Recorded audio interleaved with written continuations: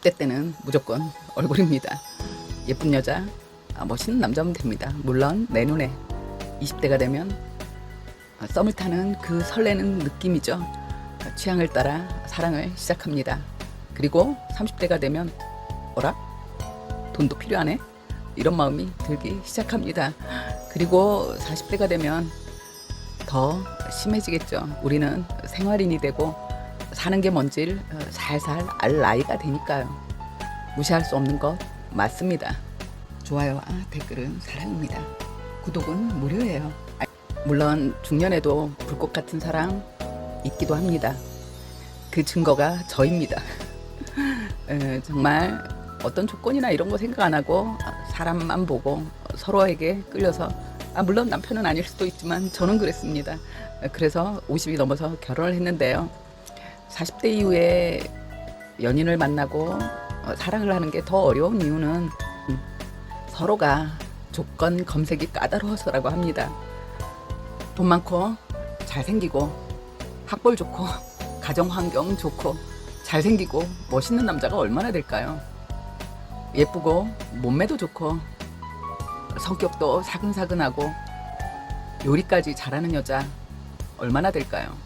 아니요, 없습니다. 솔직히 얘기하면 그런 사람들이 짝이 없을 이유가 없지 않습니까? 우린 누구나 다 2% 부족해요. 내 스스로 내 자신을 봐도 그렇지 않습니까? 사실 따지려고 하면 내게 맞는 조건을 다 맞추는 건 어렵습니다. 그리고 톡 까놓고 그 정도로 내가 어떤 조건을 걸고 보는 그 조건의 항목에 맞는 사람이 과연 혼자 살까요? 싱글이어도 싱글이라면 독신주의일 확률이 높고 아니면 누군가의 짝이겠죠.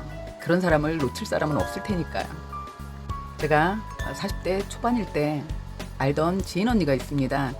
옆에서 한 10년 정도 지켜봤습니다. 언니 같은 경우는 아주 늦둥이 막내딸로 태어났는데 언니가 30이 되기 전에 아버님은 돌아가시고 어머님이 치매에 걸리셨었습니다. 그래서 이제 어머님을 본인이 책임을 져야 했었어요.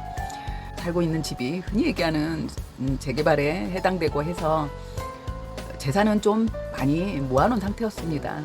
경제적으로는 확실하게 홀로서기가 100% 가능했던 그런 분인데 나이가 먹으면 자동으로 몸이 여기저기 아프기 시작하지 않습니까? 그러고 나니까 누군가와 함께하면 좋겠다는 생각이 이제 든다고 그런 얘기를 하더라고요. 마침 그랬는데 제가 또 아는 지인분이 계셨는데 그분은 딸이 3살일 때 사별을 했습니다. 사별을 했는데 딸에 대한 사랑이 지극했던 거죠. 그래서 재혼을 안 하고 이 딸만 보고 살았습니다. 물론 딸이 독립을 할 때까지 혼자 살고 계셨거든요. 연령은 비슷했습니다. 또래셨는데 어쨌거나 그 딸을 독립시키고 혼자 살기 시작하시니까 이제 그분도 좀 적적해 하셨어요. 그래서 같이 살 사람이 있으면 좋겠다라는 얘기를 하더라고요. 그래서 두 분을 소개를 시켜드렸습니다.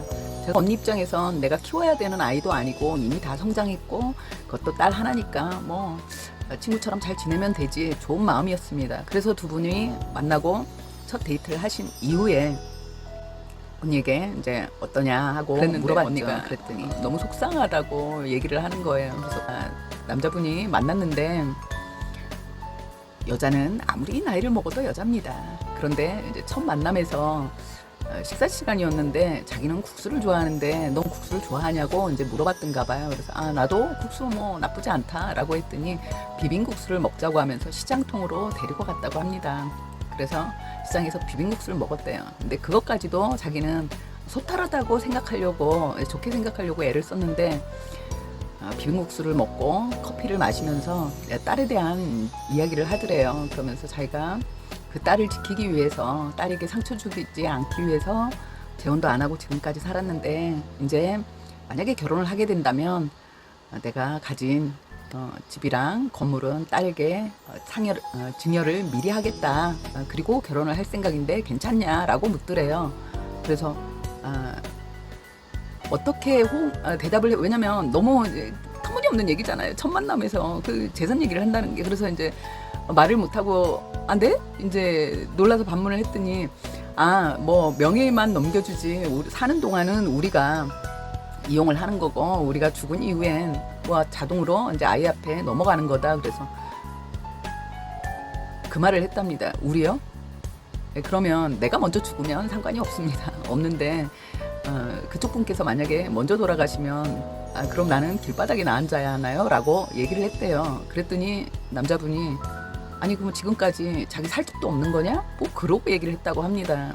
그래서 얘기를 안 하고 오늘 좋은 만남 가졌다고 하고 돌아서서 왔는데 참 너무 씁쓸하더라는 거예요.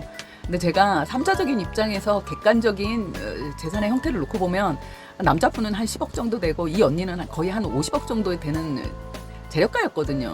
나름 재산이 남자하고 비교가 안 되게 많았습니다. 근데 그 얘기를 듣고 언니는 너무 이제 씁쓸했던 거죠. 내가 나이가 이렇게 많으니까 이 남자가 혹시라도 자기 재산을 자기가 죽은 이후에 딸이 아닌 여자에게 갈까봐 미리 걱정하는 거잖아요. 엄청 기분 나쁜 거거든요. 그래서 만남을 끊었습니다. 당연히 안 이루어졌죠. 그랬는데 그 남자분하고 다음에 어떻게 이제 합석을 할 자리가 돼서 얘기를 하다가 좀 실수하신 거 아니에요? 이제 그러고 얘기를 했죠. 그래도 여잔데 도우미를 구하시는 건 아니잖아요. 이제 그러고 얘기를 했더니 내가 뭐 그냥 나는 내가 가진 재산 딸에게 줄 생각이기 때문에 그 얘기를 했는데 뭐 자기가 그 다음에 전화를 안 받더라는 거예요. 그래서 제가 얘기를 했죠. 그 언니는 재산이 50억이 넘습니다. 그쪽 분의 재산을 보고 만날 사람은 아니에요. 정말 마음을 기댈, 어깨를 기댈 사람이 필요해서 누군가를 만나려고 이제 처음 시도하는 사람이에요. 근데 너무 잔인하셨다. 이제 그러고 얘기를 했더니 깜짝 놀라는 거예요. 그럼 왜 그런 얘기를 진작 안 해줬냐는 거죠. 그럼 자기가 돈 얘기 하지도 않았다고. 우리가 나이를 먹는다는 건 그만큼 많이 겪어서 생각이 많은 거기도 하지만 그 생각이 많은 속엔 지혜만 있는 게 아니라 의심의 생각도 참 많은 것 같습니다.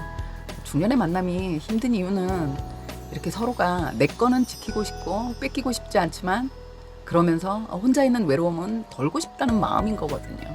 굉장히 이기적인 마음이지 않습니까? 사랑은 서로에 대한 배려의 마음이 먼저 되어야 합니다.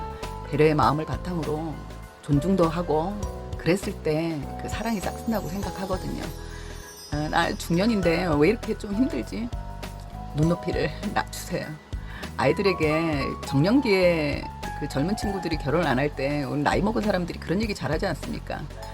눈높이를 낮춰라. 없이 시작해도 사랑만 가지고도 충분히 잘 살 수 있다. 젊은 사람 둘이 왜 이런 말 하면서 정작 본인들은 물론 아이들 문제도 있고 여러 가지 재반 문제가 있죠. 그렇지만 남자와 여자로 만날 때는 그건 차후의 문제입니다. 일단 서로의 마음을 확인한 이후에 그리고 충분히 의논하고 대화할 수 있는 문제들을 내가 먼저 벽을 딱 치고 너 내 재산 노리지 마. 그런 얘기를 듣고도 그 바운다리에 들어가려고 애쓰는 사람은 오히려 그 재산을 노리는 사람입니다. 그래? 내가 네 걸 뺏어볼까? 이런 사람 아니라면 절대 손잡으려고 하지 않을 거예요. 왜냐면 내가 당당하기 때문에 나도 자존심이 있거든요. 내가 내 자존심을 지키면서 만나고 싶지 중년의 나이에 살 만큼 살아봤는데 내가 이제 와서 의뢰 관계가 되는 그런 만남을 하고 싶은 남자도 여자도 없는 겁니다. 일단 정말 누군가와 함께 하고 싶으면 그리고 사랑이 하고 싶으면 물론 머릿속엔 이런저런 생각이 많겠지만 서로의 마음을 어느 정도 알 동안은 일단 서로에게 집중하는 그 사람을 알기 위해서 노력하는 그런 시간을 가지시기 바랍니다.